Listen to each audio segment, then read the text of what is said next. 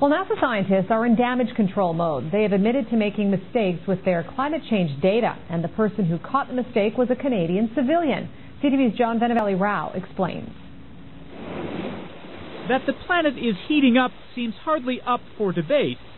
If you look at the 10 hottest years ever measured, they've all occurred in the last 14 years. But enter this former businessman who worked in mining exploration and for kicks is digging into often quoted stats about climate change. Yeah, it's fun for me. Oh yeah, I really enjoy it. Ever since he was a kid in Toronto, Stephan McIntyre has been a math whiz, and now in retirement he's been crunching climate data from NASA, recently spotting an embarrassing mistake.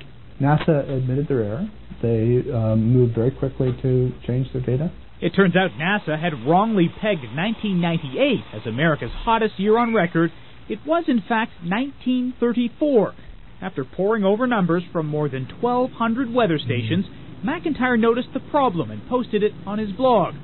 NASA now admits only 3 of America's 10 hottest years are in the last decade.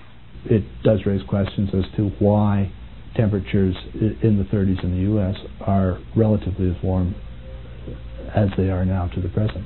Rush Limbaugh and other conservatives seizing on the findings, saying it's yet more proof global warming is a hoax. But McIntyre says he's not in this to disprove man-made climate change. Some people simplistically assume that I'm funded by somebody and I have some ulterior motives. McIntyre also found flaws in a study that claimed 1998 was the planet's hottest year in the last 1,000 years. He even testified at a U.S. congressional hearing.